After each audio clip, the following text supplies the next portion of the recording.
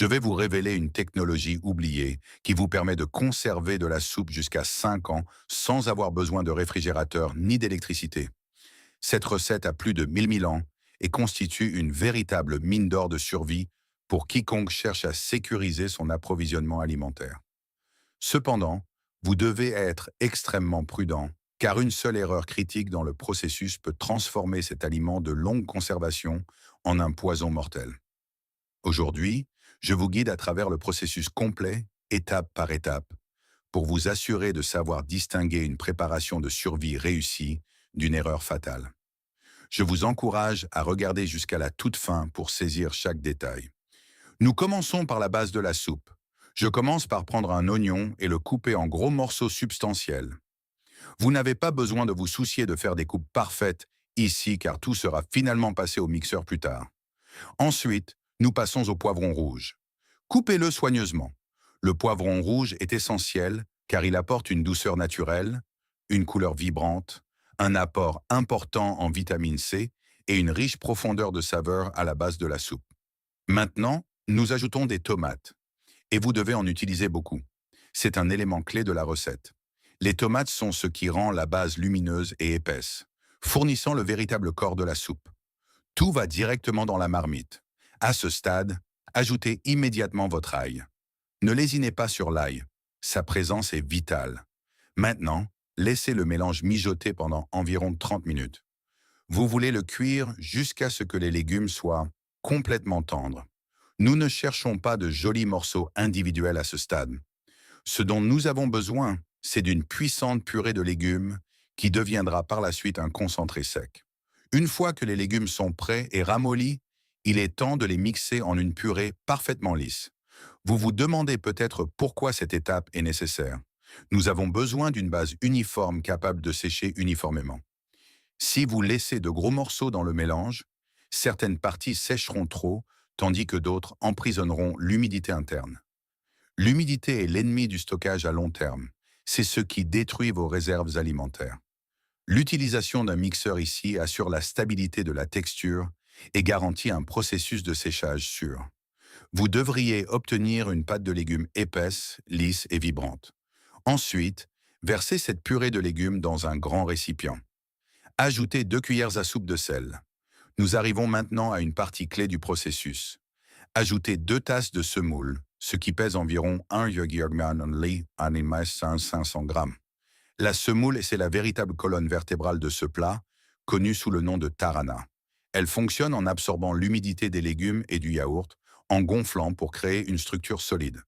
Cet ingrédient ajoute des glucides à libération lente, essentiels pour une énergie durable en situation de survie. De plus, la semoule aide à la formation de granulés qui sèchent uniformément sans s'effriter en poussière inutile. Mélangez bien les ingrédients jusqu'à ce que la consistance commence à s'épaissir. Maintenant, il est temps d'ajouter du yaourt demi-gras, environ 0,66 lb, 300 g. Le yaourt est crucial car il apporte une saveur fermentée et fournit des probiotiques pour la santé intestinale, tout en agissant comme liant pour l'ensemble du mélange. Mélangez à nouveau jusqu'à ce que toute la préparation soit uniforme. Cela commence maintenant à ressembler à une base de tarhana traditionnelle, un mélange éprouvé de produits laitiers fermentés, de céréales comme la semoule et de légumes frais. Laissez reposer ce mélange pendant 30 à 50 minutes. Pendant cette période de repos, la semoule continuera d'absorber l'humidité, ce qui fera épaissir davantage le mélange. Simultanément, le yaourt acidifie le mélange, ce qui donne un profil de saveur beaucoup plus profond. C'est la logique fondamentale du tarhana. Combiner des produits laitiers avec des céréales, puis les sécher. Ne sautez pas cette phase de repos. Si vous précipitez cette partie, vous finirez par devoir ajouter de la farine supplémentaire plus tard, ce qui entraînera un goût global moins bon. Une fois le temps écoulé, il est temps d'ajouter de la farine. Vous devez le faire progressivement. Votre objectif est de créer une pâte qui ne colle plus à vos mains. Vous devez vous fier à la sensation de la pâte plutôt qu'à des mesures strictes en grammes, car des facteurs comme le jus des tomates, la taille des oignons et l'épaisseur du yaourt peuvent varier. Vous voulez obtenir une pâte souple et ferme, mais malléable. Elle ne doit pas être dure comme de la pierre, ni être une glu collante. Si elle continue de coller à vos mains, ajoutez simplement plus de farine. Maintenant que la pâte est parfaitement prête, nous commençons le processus de façonnage. Tout d'abord, façonnez la pâte en une forme de gros boudin, ce qui la rend facile à saisir et à travailler. Coupez-la en morceaux réguliers, ce qui permet un contrôle simple des portions. Prenez chaque morceau individuel. Pas besoin de rouleau à pâtisserie, ici. Utilisez simplement vos mains pour aplatir, presser et tapoter la pâte en disque mince. Une forme grossière convient parfaitement. L'objectif est de les rendre minces et à peu près uniformes pour qu'ils sèchent rapidement. La perfection de l'apparence n'importe pas ici. C'est un travail de survie pratique, pas un concours de pâtisserie professionnelle. Parlons franchement. Êtes-vous actuellement en train de constituer de réelles réserves alimentaires ou espérez-vous simplement que les étagères des épiceries resteront pleines pour toujours? À quoi ressemble votre stock actuel? En avez-vous assez pour des semaines ou des mois? Écrivez le nombre exact dans les commentaires ci-dessous. Nous voulons voir qui est sérieux au sujet de sa préparation. Il vaut bien mieux tout préparer maintenant pour ne pas avoir à le regretter plus tard, lorsque vous serez affamé pendant les périodes difficiles. L'histoire a tendance à se répéter. Maintenant, nous passons à la phase de séchage. J'utilise un four pendant 2 à 3 heures à la température la plus basse possible, environ 170 à 180 degrés, soit la 170 degrés. Gardez la porte du four légèrement entr'ouverte pour permettre à l'humidité de s'échapper. Alternativement, vous pouvez faire sécher les disques à l'air libre pendant 2 à 3 jours dans un endroit sec et bien ventilé. C'est la méthode à l'ancienne. N'oubliez pas que le but est de sécher les aliments, pas de les cuire. Nous voulons une perte d'humidité maximale car toute humidité résiduelle raccourcira considérablement la durée de conservation. Une fois qu'ils sont prêts, sortez-les et vérifiez la texture.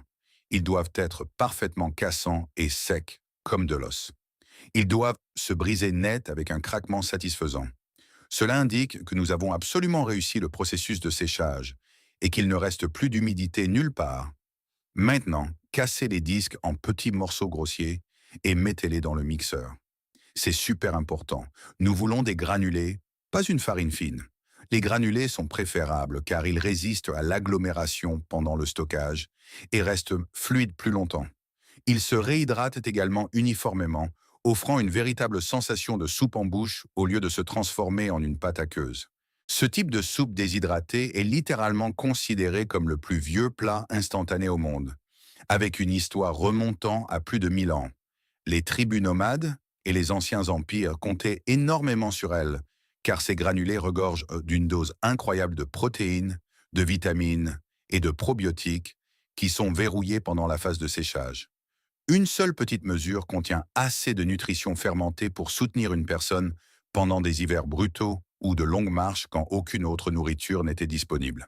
C'est une technologie de ration de combat primitive qui fonctionne toujours parfaitement à l'époque moderne. Si vous n'avez pas de mixeur, ne vous inquiétez pas. Vous pouvez utiliser une râpe à fromage ou même écraser et broyer les morceaux à la main dans un sac. C'est un peu plus long, mais cela fait très bien l'affaire. Si vous êtes arrivé jusqu'ici dans la vidéo, déposez le drapeau de votre pays dans les commentaires. Nous voulons voir d'où tout le monde nous regarde et construire une carte mondiale des survivalistes. Passons maintenant au stockage, qui est une étape critique. Vous avez besoin de bocaux parfaitement secs. Remplissez-les avec vos granulés. Ne sautez pas cette partie suivante. Essuyez complètement les rebords des bocaux avec un peu de vinaigre. Le vinaigre est essentiel car il tue toutes les bactéries ou spores de moisissure persistantes sur le verre, ce qui garantit un scellage hermétique parfaitement sûr. Si les granulés sont complètement secs et conservés dans un endroit frais, sombre et sec, cette réserve durera très longtemps.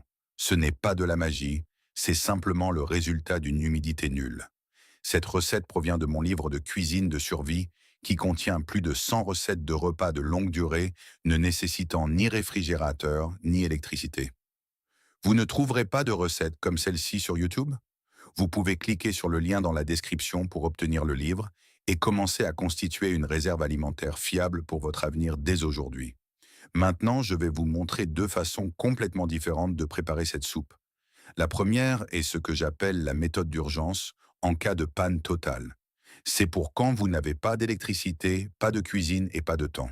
Vous versez littéralement une mesure de ce concentré sec dans une tasse ou un bol et vous versez de l'eau bouillante directement dessus. Remuez et vous êtes prêt à manger. En seulement 60 secondes, vous avez un repas chaud et riche en nutriments. Cela représente la puissance brute d'une véritable préparation, zéro tracas et un maximum de nutrition pour quand vous êtes gelé ou épuisé. C'est une bouée de sauvetage absolue en cas de crise. La deuxième méthode est bien plus savoureuse si vous avez les ressources. Vous aurez besoin d'une poêle, d'un peu d'huile d'olive et d'une tomate. Faites-les sauter brièvement pour libérer l'arôme. Ensuite, ajoutez un cube de bouillon de bœuf fait maison. J'ai une vidéo précédente sur la façon de le faire et il y a un lien dans la description si vous êtes intéressé. Si vous n'en avez pas, vous pouvez vous en passer et simplement ajouter de l'eau. Versez votre mélange de soupe et laissez mijoter à feu doux pendant 5 à 7 minutes jusqu'à ce que les granulés se dissolvent en un bouillon épais. C'est rapide, rassasiant et ça a le goût d'un plat fraîchement préparé, pas du tout comme quelque chose qui va rester dans un garde-manger. Si vous êtes arrivé jusqu'ici, n'oubliez pas de déposer le drapeau de votre pays dans les commentaires. Voyons la communauté mondiale des survivalistes en action. Si ce secret de survie ancestrale a changé votre vision de la sécurité alimentaire et du potentiel de votre garde-manger, n'hésitez pas à vous abonner à la chaîne et à aimer cette vidéo. Nous nous consacrons à découvrir l'histoire et les techniques que d'autres ont tenté d'enterrer. Commencez à guillotiner votre avenir dès aujourd'hui en préparant vos propres réserves. Le prochain trésor caché des connaissances de survie sera révélé très bientôt.